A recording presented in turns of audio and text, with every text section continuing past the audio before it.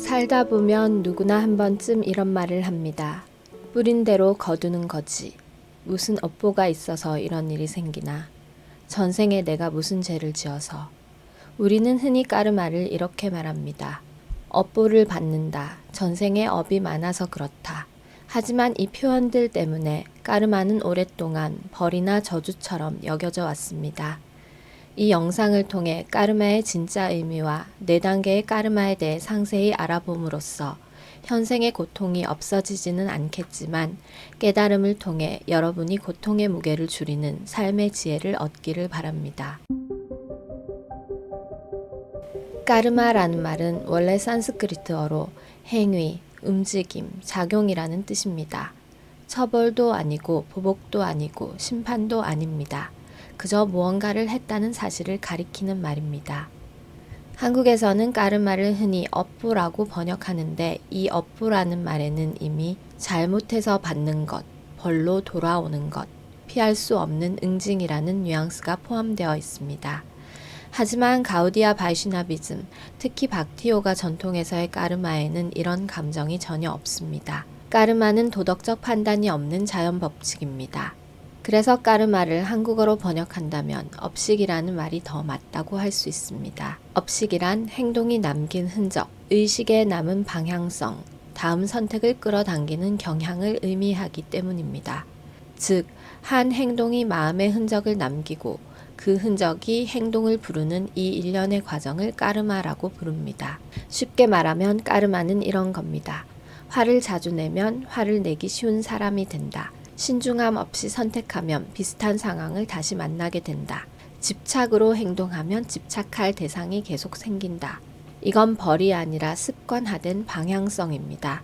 마치 몸을 한쪽으로만 쓰면 그쪽 근육이 굳는 것처럼 혹은 같은 길로만 다니면 그 길에 발자국이 깊어지는 것처럼 까르마는 의식에 남은 발자국입니다. 가우디아 바이시나비즘은 까르마를 이렇게 정의합니다. 까르마는 영혼을 혼내기 위한 장치가 아니라 영혼이 선택한 결과를 스스로 경험하도록 돕는 구조입니다. 그래서 까르마에는 분노도 없고 벌도 없고 신의 감정도 없습니다. 오직 작용과 반작용, 정합성의 원리만 있을 뿐입니다.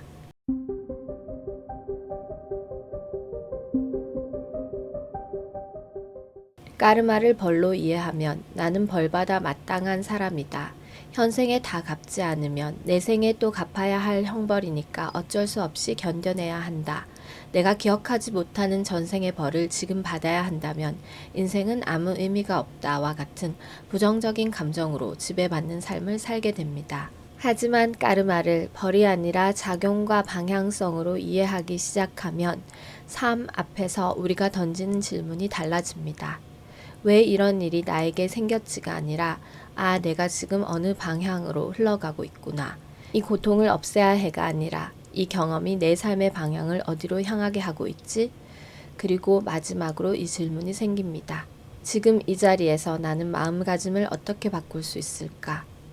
이 순간부터 삶은 처벌이 아니라 배움이 됩니다. 다시 정리하면 까르마는 업보가 아니다. 까르마는 업식이며 벌이 아니라 의식이 남긴 방향성입니다. 이 정의를 잡고 나면 그 다음에 4가지 까르마의 단계 그리고 박티가 왜 이 구조를 바꾸는지까지 비로소 제대로 이해할 수 있습니다. 이 관점을 잡지 못하면 삶은 끊임없이 자책과 두려움으로 흘러갑니다.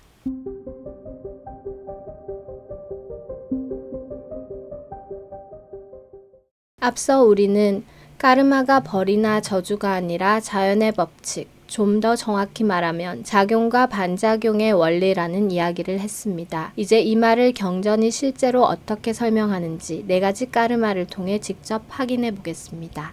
첫 번째 유형은 뿌라랍다 까르마입니다.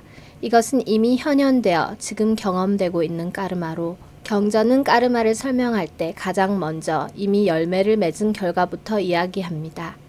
이미 열매를 맺은 반작용으로 인해 사람은 특정한 몸과 삶의 조건을 받아 그 결과를 경험한다. 여기서 중요한 점은 받는다는 표현이지 벌을 받는다는 표현이 아니라는 것입니다. 이 단계의 까르마는 지금의 몸, 환경, 조건, 관계처럼 이미 현실이 된 결과입니다. 이것은 신이 지금 판단해서 내리는 형벌이 아니라 과거의 선택이 지금의 조건으로 정합되게 이어진 결과입니다. 그래서 경전은 이 단계를 없애야 할 대상으로 말하지 않고 경험되며 소진되는 과정으로 설명합니다. 두 번째 유형은 아프라랍다 까르마로 아직 현현되지 않은 잠복된 까르마입니다. 즉, 아직 현실로 나타나지 않은 잠재적 결과를 의미하며 이미 씨앗이 발아할 조건은 갖췄지만 아직 눈에 보이는 열매는 안 된 상태를 말합니다. 따라서 일어날 수도 있었던 사건들입니다.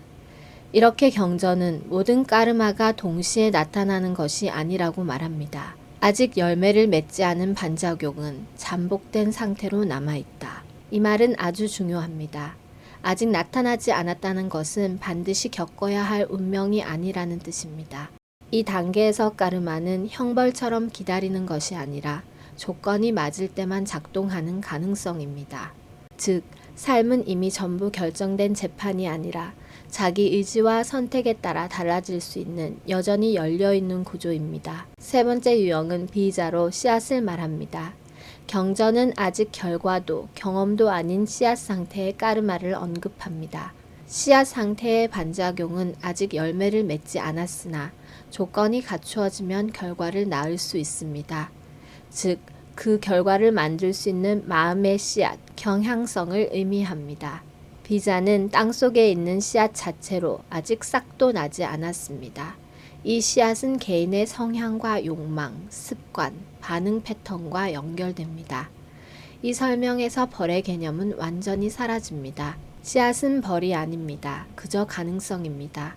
경전의 언어는 이것을 죄라고 부르지 않고 아직 정리되지 않은 인과의 흔적으로 봅니다. 마지막으로 꾸따는 아직 드러나지 않은 가장 미세한 까르마입니다. 이 단계는 아직 결과도 아니고 씨앗으로 인식될 만큼 분명하지도 않은 아주 미세한 잠재 상태입니다. 꾸따 단계는 기억되지 않는 깊은 성향, 설명되지 않는 두려움, 태어날 때부터 드러나는 기질처럼 의식이 생을 넘어 이어지며 축적되어 온 인상들의 총합인 삼스카라의 영향 때문에 생겨납니다. 대부분의 삼스카라는 전생에서 이어진 의식의 흔적이지만 경전은 그것을 숙명으로 고정하지 않습니다. 왜냐하면 의식은 지금 이 순간에도 새로운 방향을 만들 수 있기 때문입니다. 요약하면 까르마라는 것은 꾸따, 비자, 아프라랍다, 프랄랍다로 연결되는데 이것은 아직 표현되지 않은 마음의 결, 반복되는 성향, 일어날 뻔한 사건, 실제로 일어난 사건의 흐름입니다. 실제 예로 설명하면 누군가 항상 혼자 남겨질까봐 불안함을 느낀다면 이것은 말로 설명되지 않는 가장 깊은 층에서 느껴지는 것인데 이 사람에겐 특별한 이유도 누가 뭘 잘못한 것도 아닌데 늘 마음 한구석에 나는 결국 혼자가 될 것 같다. 언젠가는 벌어질 것 같다는 감각이 있습니다. 이건 생각도 아니고 감정이라고 부르기도 애매하고 성격 문제도 아닙니다. 그냥 존재 감각에 가까운 불안으로 이게 꾸따입니다. 꾸따는 아직 왜? 라고 물을 수도 없는 상태입니다.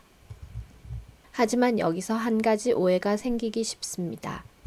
그렇다면 부모와의 애착이 안정적인 사람에게도 이런 꾸따가 있다는 말인가요? 베다 전통의 대답은 이렇습니다. 꾸따가 있다는 것과 그것이 삶의 문제로 나타난다는 것은 같은 말이 아니다. 아주 미세한 불씨가 있어도 그것이 실제 불로 번지지 않듯이 의식의 깊은 층에 남아있는 방향성 역시 삶의 조건에 따라 아무 문제 없이 지나갈 수 있습니다. 안정적인 양육 환경과 관계는 이런 미세한 불안이 성향이나 반복 행동으로 굳어지지 않도록 강하게 완충해 줍니다. 그래서 많은 사람들은 의식 깊은 곳에 어떤 방향성이 남아있더라도 그것이 불안, 집착, 반복 패턴으로 드러나지 않은 채 살아갑니다. 이 경우 꾸따가 없어서가 아니라 꾸따가 문제를 만들 만큼 자라지 않았을 뿐입니다. 하지만 어떤 경우에는 이 미세한 불안이 삶 속에서 반복적으로 자극을 받으며 조금씩 성향의 형태를 띠게 됩니다. 관계에서 지나치게 눈치를 보거나 상대가 멀어질 때마다 불안해지거나 싫어할까봐 자신의 말을 삼키거나 집착하거나 혹은 아예 먼저 거리를 두는 식으로 나타납니다. 이제 이 불안은 막연한 감각이 아니라 행동으로 드러나는 패턴이 됩니다. 베다 전통은 이처럼 반복을 만들어내는 습관화된 마음의 상태를 비자, 즉 씨앗이라고 부릅니다. 이 설명은 부모의 영향을 부정하기 위한 것이 아닙니다. 오히려 부모와 환경은 이 미세한 불안이 문제가 되느냐 아니면 조용히 지나가느냐를 크게 좌우하는 조건입니다. 그래서 같은 부모 아래에서 자란 형제라도 전혀 다른 성향을 보이는 일이 드물지 않습니다. 부모는 같아도 각자의 의식이 같은 방향성을 가지고 태어나는 것은 아니기 때문입니다. 이렇게 이해하면 누군가를 탓할 필요도 없고 자기 잘못이라 느낄 필요도 없습니다. 그저 이 불안이 어디에서 비롯되었고 지금 어떤 구조로 작동하고 있는지를 조금 더 분명하게 보게 될 뿐입니다. 그리고 바로 그 지점에서 우리는 같은 반응을 반복하는 대신 영혼에 실제로 도움이 되는 다른 선택을 할 수 있게 됩니다. 다시 예로 돌아가 이 성향을 가진 사람이 연애를 시작합니다.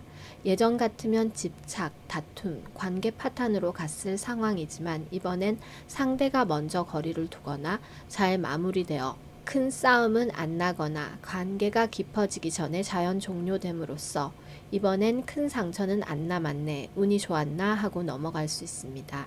베다 전통은 이 상태를 단순히 잘 넘겼다고 보지 않습니다.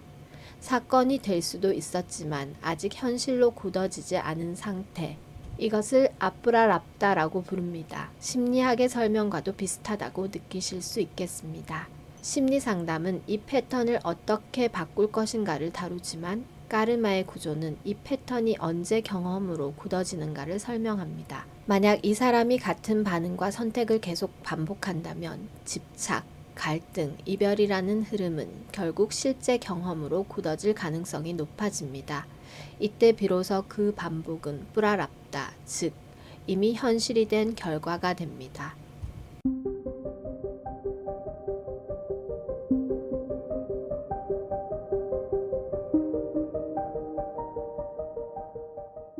이 네 가지 까르마를 관통하는 공통점은 분명합니다.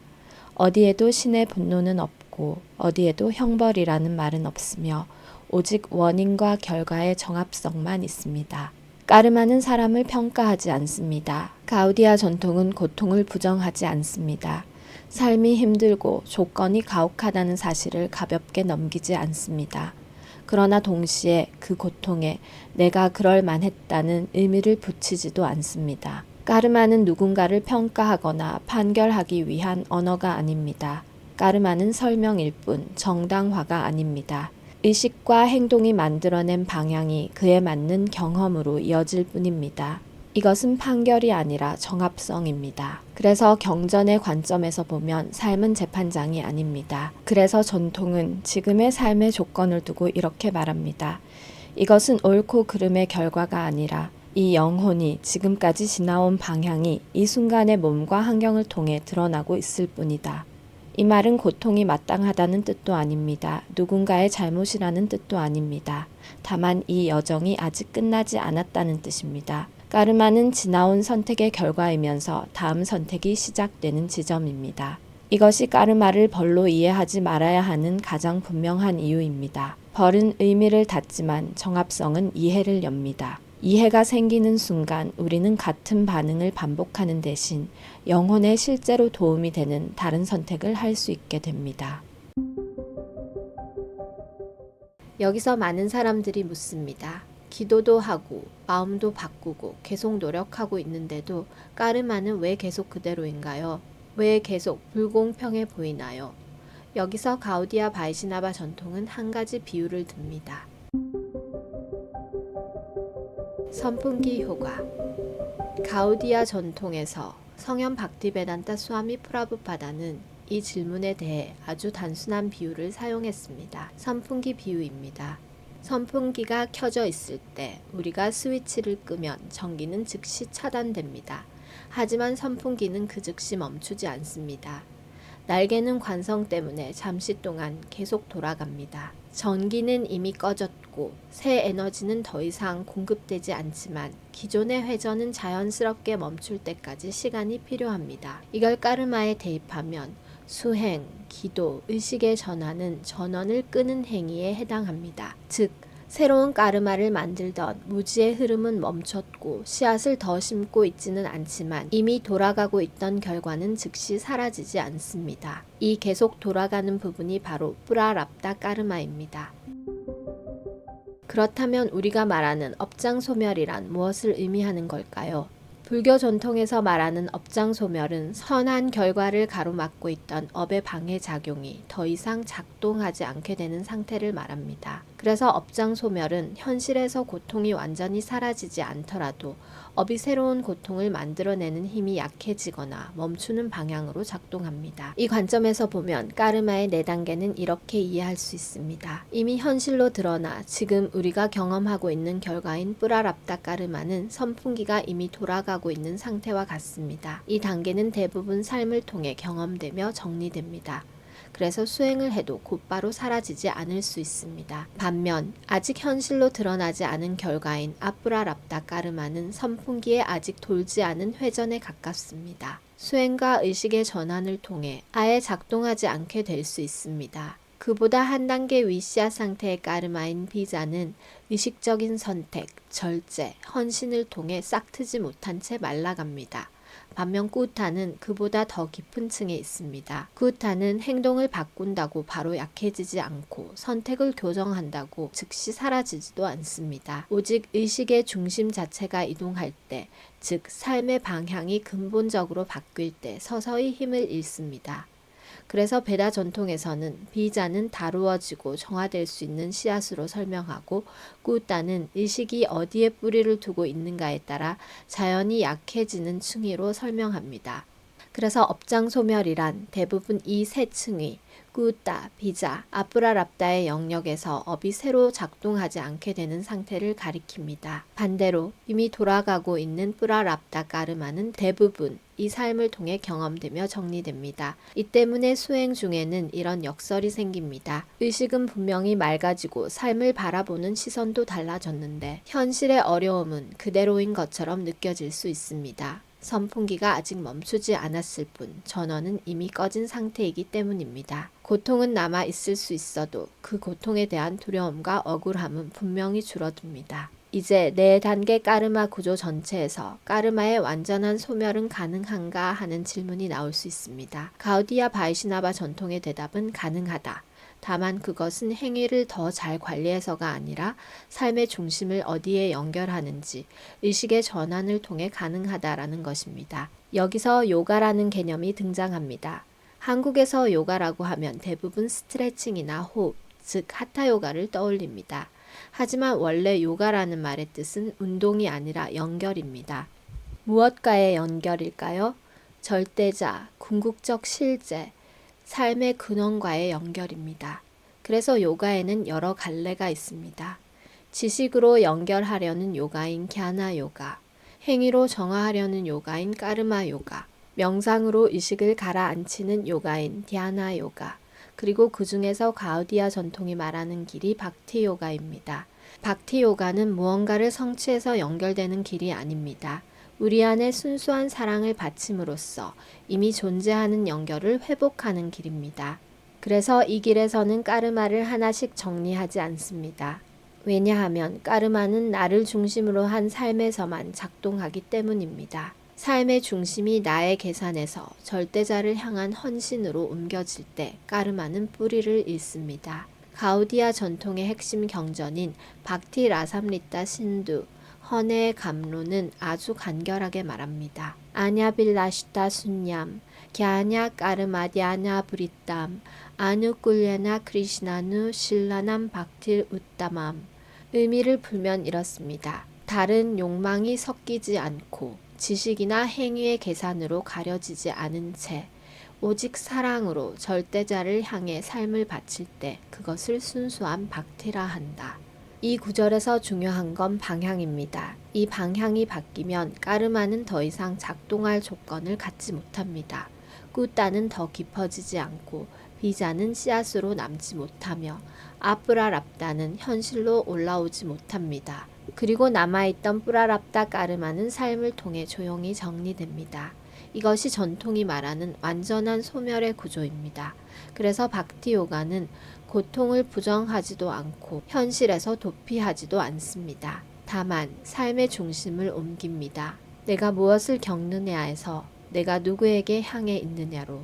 까르마는 삶의 여정을 설명해 주지만 삶의 목적은 아닙니다. 요가는 그 여정의 끝에서 우리를 다시 근원과 연결합니다. 그리고 그 연결이 회복될 때 까르마는 해야 할 일을 마친 구조로 조용히 물러갑니다. 수행은 고통을 없애기 위한 기술이 아니라 삶의 방향을 근원으로 되돌리는 선택입니다. 이 선택 앞에서 까르마는 더 이상 벌도 위협도 아닙니다. 그저 이제는 지나가도 되는 이정표일 뿐입니다. 까르마를 이렇게 이해하고 나면 삶을 대하는 태도가 조금 달라집니다. 더 이상 왜 이런 벌을 받아야 하지? 라고 묻기보다는 지금 나는 어떤 방향으로 살아가고 있구나 하고 보게 됩니다. 그리고 여기서 중요한 건 삶을 완벽하게 통제하려 들 필요는 없다는 사실입니다. 까르마를 하나하나 계산하고 없애고 관리하려고 애쓰지 않아도 됩니다. 의식이 계속 나를 중심으로 한 계산에 머물러 있을 때는 까르마가 작동할 조건이 자연스럽게 유지됩니다. 하지만 삶의 중심이 조금씩이라도 자기 자신을 넘어서 근원, 더 큰 의미, 절대자를 향하기 시작하면 까르마는 더 이상 응집될 힘을 얻지 못합니다. 이건 어떤 특별한 체험이나 극적인 사건을 요구하지 않습니다. 아주 소소한 순간부터 시작됩니다. 숨을 고를 때, 마음이 어지러울 때, 하루의 시작이나 끝에서 잠깐이라도 내가 무엇을 얻을까가 아니라 나는 무엇을 향해 있나를 돌아보는 것, 그 정도면 충분합니다. 가우디아 전통에서 마하만트라 하레 크리시나 하레 크리시나 크리시나 크리시나 하레 하레 하레 라마 라마 라마 하레 하레를 권하는 이유도 바로 여기에 있습니다. 이 만트라는 문제를 해결하기 위한 주문이라기보다 의식의 방향을 조용히 근원으로 돌려놓는 소리입니다. 잘하려고 애쓰지 않아도 되고 많이 알 필요도 없습니다. 그저 마음이 허락하는 만큼 부담 없이 시작하면 됩니다. 이 영상에서는 까르마에 대해 깊이 있게 다루어 보았는데 이 내용이 삶의 고통을 단번에 없애주지는 못하더라도 적어도 고통을 짊어진 채 스스로를 벌주며 살아가려는 마음에 조금은 숨을 틔워주었길 바랍니다. 오늘 하루 아주 짧은 순간이라도 의식의 방향을 이 모든 우주와 만물의 근원이며 절대인격을 가지신 절대자, 그것이 어떤 이름이든 당신의 믿음과 마음이 향하는 곳으로 조금씩 옮겨보는 것, 그것만으로도 이미 충분한 시작입니다. 하레 크리시나.